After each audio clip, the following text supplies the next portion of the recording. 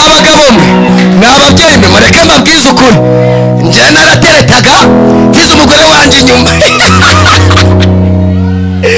kagenda ntabwo ndi umusore mutaza kundambagiza mana yanje ariko nuja mwiyereka ukabona mfite ndi umusore uze kumbaza ikintu biti kiri twaragendaga tugatereta Rudomora akagenda Rudoviko agatereta yewe Rudoviko akagenda asize umugore w'inyuma ati yewe mwapagore mwana ibintu byakomeye ariko ndagukundaga kandi nta mugore ngira nose wazi buri tukiryamare Rudoviko akaba aramugaritse ese uyu musaruro iruhije isezerano rya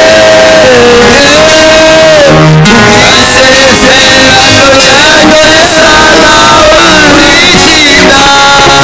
warinda n'abasabira twizera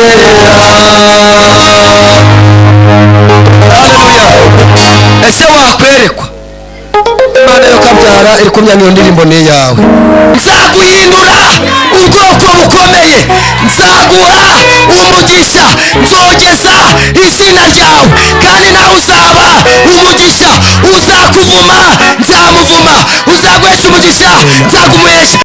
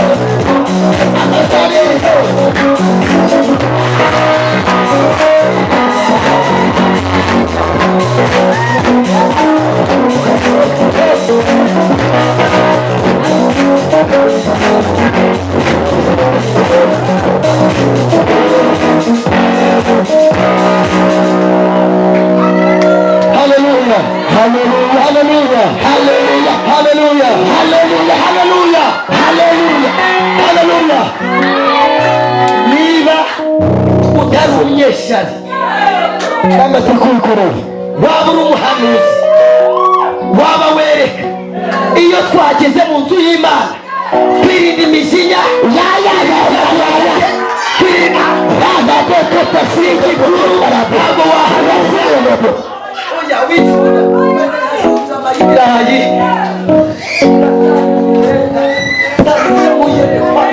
haleluya kuko tujye gusenga Imana haleluya oya turashaka ko hari ibintu Imana igukorera tujya gushima apana kutubwira ngo izaduha ejo bundi dukeneye ngirari ikoze dukeneye ngirari biremye tera haleluya abaje gusenga muzamure haleluya we muzamure haleluya muzamure haleluya muzamure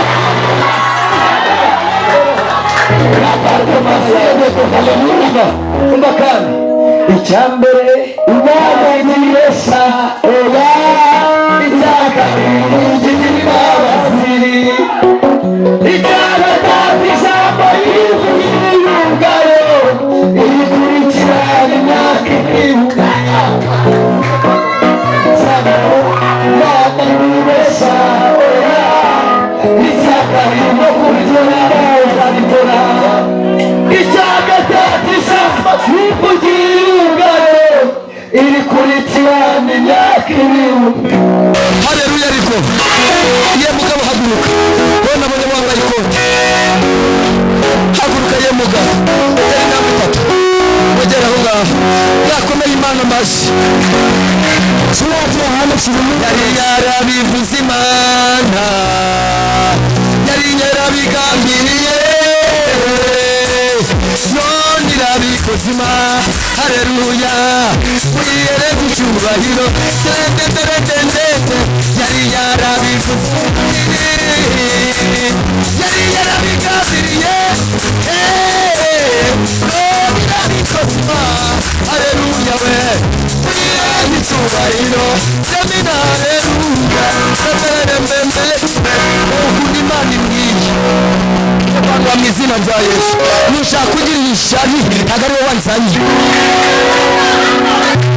iyere yokabyara irambwiye ngo abarozi bari barakurose uravuga Imana baragiye barongera baraboha barongera barasirika bakora bikayonga ahubwo intambara zikaza zokita enebone fodre iyere yokabyara iyere idapfa yaje kumbwira ngo hari ibintu Imana igaruye byawe byamaze kurema n'abantu amasimanira bigaruye mu izina rya Yesu Imana yokabyara yaje kumbwira ngo muri iki kinigi ugiye korora inka zitari inka ugiye korora inka Imana amasimanira ugiye korora inka niko Uwiteka mbwiye Tasiyedebo Samura haleluya yewe haleluya mwe bagabo mwe udakanga ikigeragezo kizakumenyera kizagukubita hasi kandi kizaguhonda nuza mu nzu y'Imana kuba ikigeragezo wari uriho yandwanyaga wandegaga ndagukubise ukoze kudutsa imitwe yawe tera haleluya n'umusore none ndagukundaga kandi nta n'umugore ngira none si mwana wanyikunda ubundi tukajya tubijyamanira ati twabona n'ubundi nta mugore ufite hari ikibazo ati twigendeshe irata haleluya ariko subiza amaso inyuma urebe ibyaguhigaga urebe ibyakurega ibisitaza ubatumva abana ndaje imbere yawe ngiye kugukorera ntitaye ku bana b'abantu nutinda ku bantu abo ngabo bazagusubiza inyuma witinda ku bantu ahubwo tinda ku cyo wavuganye n'iki n'Imana tera haleluya ariko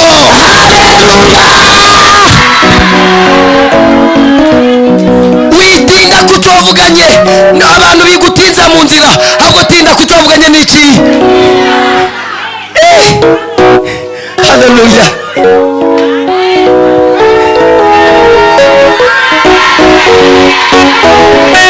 urugomo n'abagabo mwe n'ababyeyi mwe mureke mbabwize ukuri njye narateretaga nsize umugore wanjye inyuma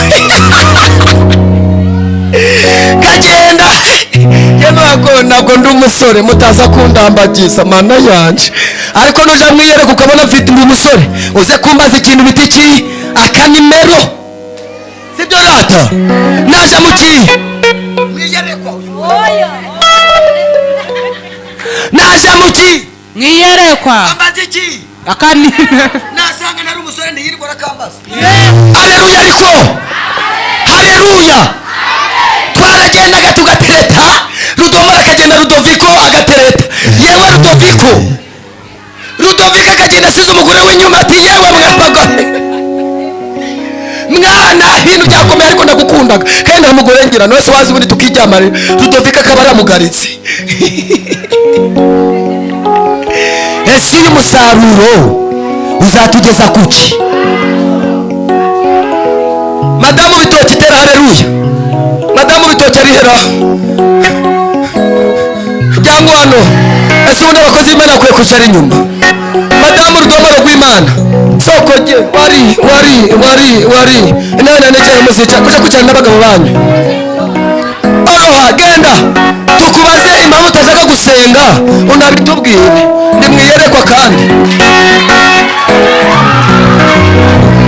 Haleluya. Umugabo kuja gusenga ntumufashe Bibiliya ubu ngubu yereka kandi uzicara muri iyi ntebe. Ikiri gutuma abagabo banyu babata nukutajana nabo gusenga. Ikiri gutuma babata nta muri kubafasha za Bibiliya mwicarane nabo. Tera haleluya ariko keya zibe nyinshi muhere aka kanya mubwire ngo mwankozi z'ibimwe ndi kumwe n'umugabo wanje ntaho muzamukura ntabwo nakigera nsiga sheri wanjye mujye gusenga kandi ari umukozi w'Imana. Abamushaka ni benshi uzongere wibeshe bareta bamugutwara rimwe. Abanyakigali baramukundaga n'Abaganda. Nje mbwiragaho abantu ukuri warasenze sheri Imana izantabara imbe sheri mwiza usengaga umaze kumubona uricaye reka bamugutware. Ari ijambo riri mu Tangiriro 12 ntabwo mbabwiye ngo mujeyo ahubwo murahisomera 12 ku murongo wa mbere. Jambo rivuga ngo Uwiteka ategeka Aburahamu kujya i Kanani. Ku murongo wa mbere Uwiteka avuga ngo Aburahamu we vuga ngo karame siga ikizu ya so usige n'ikizu yawe uje mu gihugu nzakwereka nzaguhindura ubwoko bukomeye nzaguha umugisha nzogeza izina ryawe kandi nawe uzaba umugisha uzakuvuma nzamuvuma uzaguhesha umugisha nzakumuhesha. Tera haleluya ariko haleluya. Ndoke pefo zopekura tayabo. Narabisenge maze iminsi Kampala kandi Imana avuye ngo izanyamamaza izanjyana no hanze. Ngiye kugenda muri Amerika mama barapfuye. Yakundaga Rudomoro akamana ikintu bita umushingiriro amaye n'ibishyimbo. Yamaga umushingiriro mwiza cyane ababuze intwari kandi intwari zacu zaratashe nawe tutegereje ko tuzataha ariko igihe kigeze. Haleluya. Noneho Uwiteka yitegereje Aburahamu asanga abamuroga nabe, asanga abamuvuga nabe, asanga abamurwanya nabe, asanga abamugendaho nabe, asanga abamutega nabe, asanga abamugambanira n'abamuganaga nabe. Ntabwo barimo babyumva we. Asanga bamwiciraga n'abamuhekeraga. Aranira mudatumva Aburahamu we, navuze ko nzakwamamaza, navuze ko nzakujyana hirya no hino. None kubera yuko aba baginga bagiye kukuroga, kubera ko aba baginga bakumenyera, ngiye kukwaho siga inzu yawe usiga n'inzu yawe uje mu gihugu.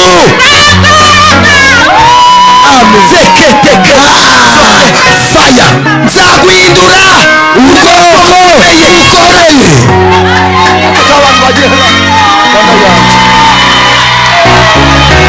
ubwoko bukomeye mwana wa muri terano harimo n'ikirozi. harimo ikirozi. tumufate oya nawe arihana. tumufate. Haleluya. Nagiye kubwiriza imutaro nimba ndi mu gihe akantu koroshe nawe ngo muri terano harimo umurozi ariko ngiye kumwirukaho.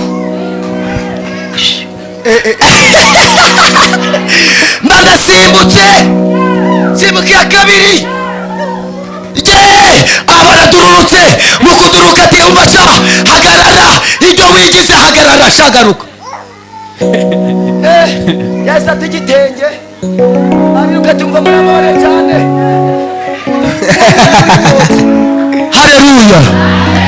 None se ko mushaka guhanura mu bitufe mugahanura mu misozi no mu nzugo mugahanura mwaguriye abantu kabisa. none kuza gufasha mwangaza gufasha abanyakigali uri kuza kubafasha tubasubye ibyo kurya maze ufashe umuturanyi wawe urebe ko imana itakugirira neza. niko kuri. Haleluya. Haleluya ariko haleluya. ndangije ndarindira kwemera ko tunavuganye n'iki n'Imana. Haleluya. Haleluya ariko haleluya. nababwiye ngo nitwa Niyonzima Theogene uzi ku izina rya Abidodomu naturutse i Nyagahinga. Rudomoro tubanye imyaka 5 kandi ntabwo arampemukira nanjye ntabwo ndigera muhemukira.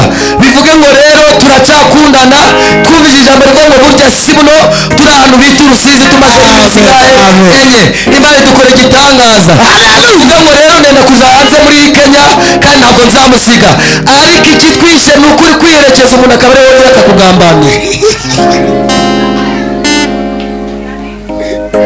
iyo abantu twese twakagize urukundo na Bidodomu ijuru twaritaha. Haleluya.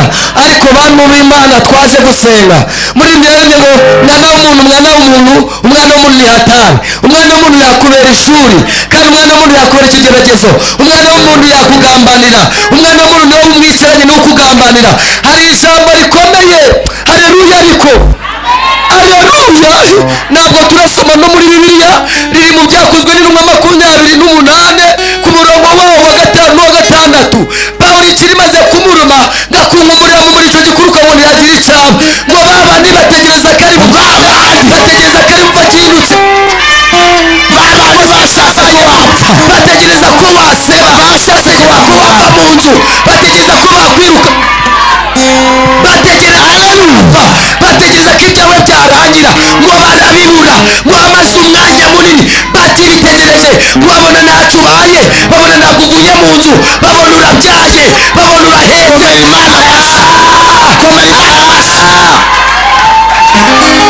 ngo barahindura bati ni Imana. uyu mwanya bahindure ko ari Imana. zokere bone fodere baravuze ngo ntabwo tuzaheka.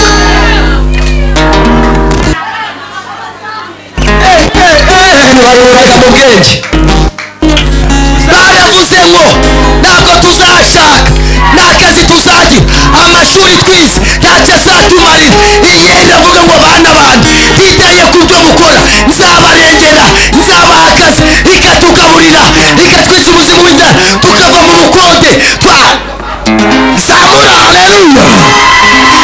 iyi Mana irakora. iyi Mana ntabwo imeze nk'abantu. iyi Mana ntabwo imeze nk'abantu.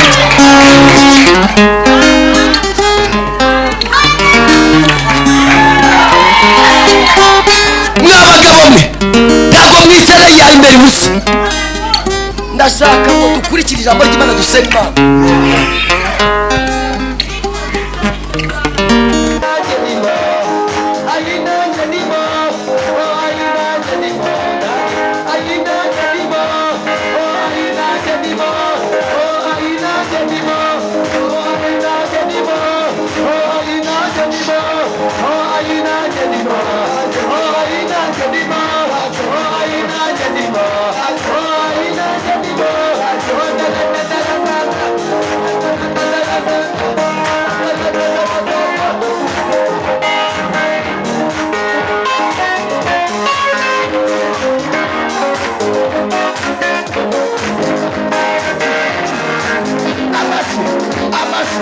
Amashi